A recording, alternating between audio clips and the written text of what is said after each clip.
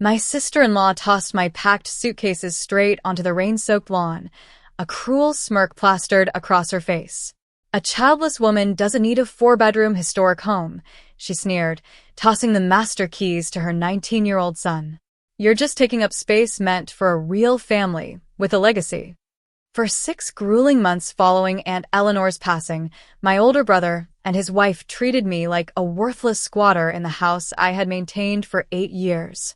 They publicly humiliated me, weaponized my inability to have children, and demanded I surrender the property deed before probate closed. I didn't cry. I didn't lose my temper.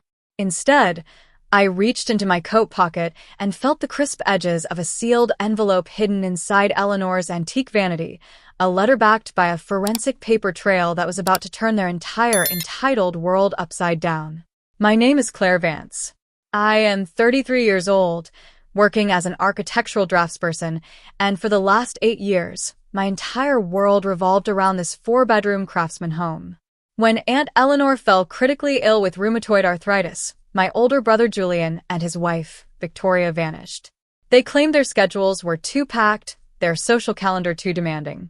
I was the one who gave up my downtown apartment, moved in, managed every medication, cooked every meal, and held Eleanor's hand through her darkest nights. Yet, barely 48 hours after we laid Eleanor to rest, Julian showed up on the doorstep with moving boxes and an eviction notice. He didn't ask how I was coping. He just leaned against the entryway, stared at me with cold contempt, and demanded I hand over the spare keys.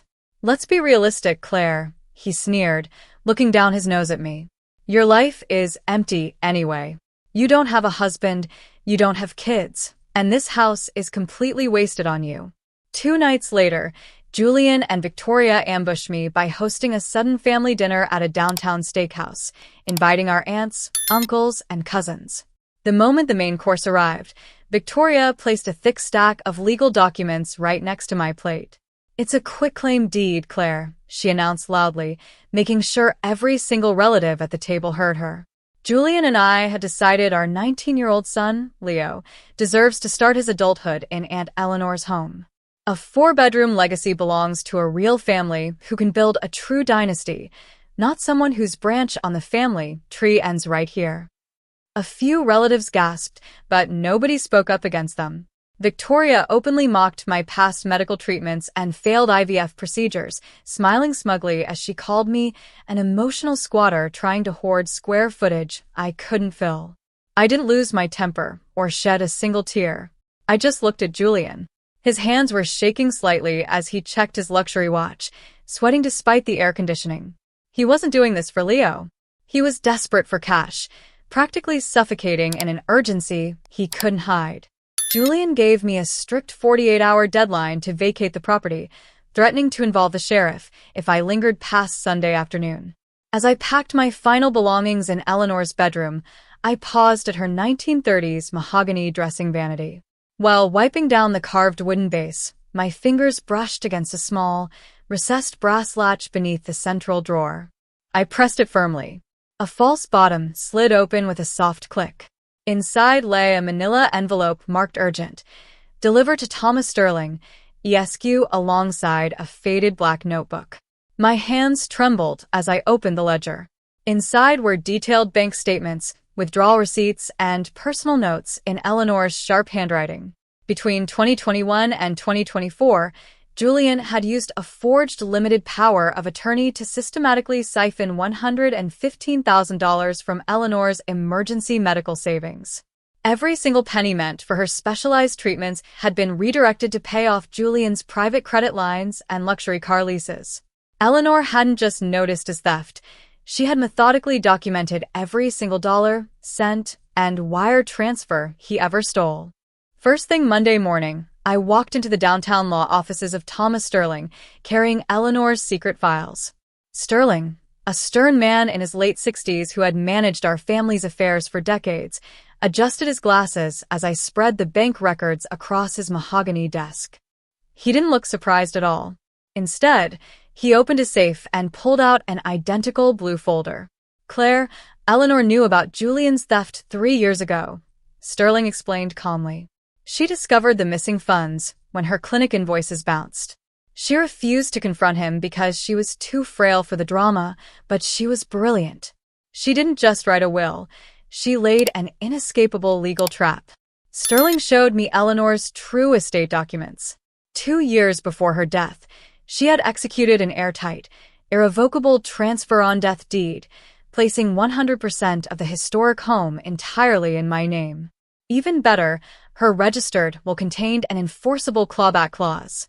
The moment probate formally opened, Julian was legally mandated to repay the full $115,000 directly back to the estate, or face immediate criminal prosecution. That Thursday evening, Julian and Victoria threw an extravagant, housewarming celebration right inside Aunt Eleanor's living room, convinced I had surrendered and vacated for good. They had invited 20 family members and business associates, pouring vintage champagne while boasting about the luxury renovations they planned to make for Leo. The laughter died instantly when the front door opened, and I walked in, dressed in a tailored navy suit with Attorney Thomas Sterling right beside me. "Claire, what are you doing here?" Julian snapped, his face flushing crimson as he set his wine glass down. "I told you that you don't belong in this house anymore. Leave before I call the authorities." "Actually, Julian, you're the one trespassing," Mr. Sterling announced, his booming voice silencing the entire room. Sterling pulled a certified parchment from his leather briefcase and unrolled it before our stunned relatives. He read Eleanor's final declaration verbatim, her exact words echoing through the hallway. "To my nephew Julian, who drained my medical accounts while I was battling illness, I leave nothing but the debt you owe my estate.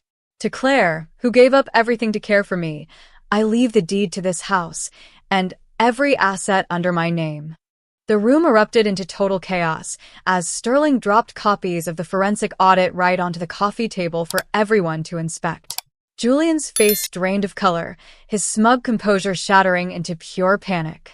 Sterling calmly delivered the final blow.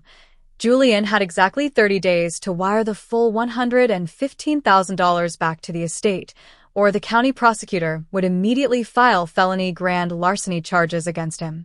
Victoria lost her mind. She turned on Julian right in front of all their high society friends, shrieking hysterically when she realized there was no free mansion, no luxury inheritance, and that their personal finances were about to be utterly destroyed. Leo grabbed his jacket and fled out the front door, humiliated that his parents' grand promises were built on shameless theft. Within 3 weeks, the consequences hit them hard. To avoid prison and public ruin, Julian was forced to liquidate his vintage sports car, drain his personal savings, and take out a crippling second mortgage on his own suburban home just to settle the debt. They walked away with empty pockets, ruined reputations, and zero leverage left. With the legal dust finally settled, the county recorder's office officially issued the deed solely in my name. I took the recovered $115,000 and fully restored Eleanor's craftsman home, converting the sunlit parlor into an open-concept studio for my architectural design firm. Julian tried texting me 6 months later, rambling about family forgiveness, rising interest rates, and begging for a small loan to keep his business afloat. I read the message, left him on read, and blocked his number without a second thought. They thought calling me childless made me small, weak, and easy to discard. But true family isn't measured by how many rooms you fill or the lineage you boast about. It's built on loyalty, sacrifice, and quiet integrity. Standing on Eleanor's restored porch on a quiet Sunday morning, drinking coffee in my own home, I finally found complete, unshakable peace.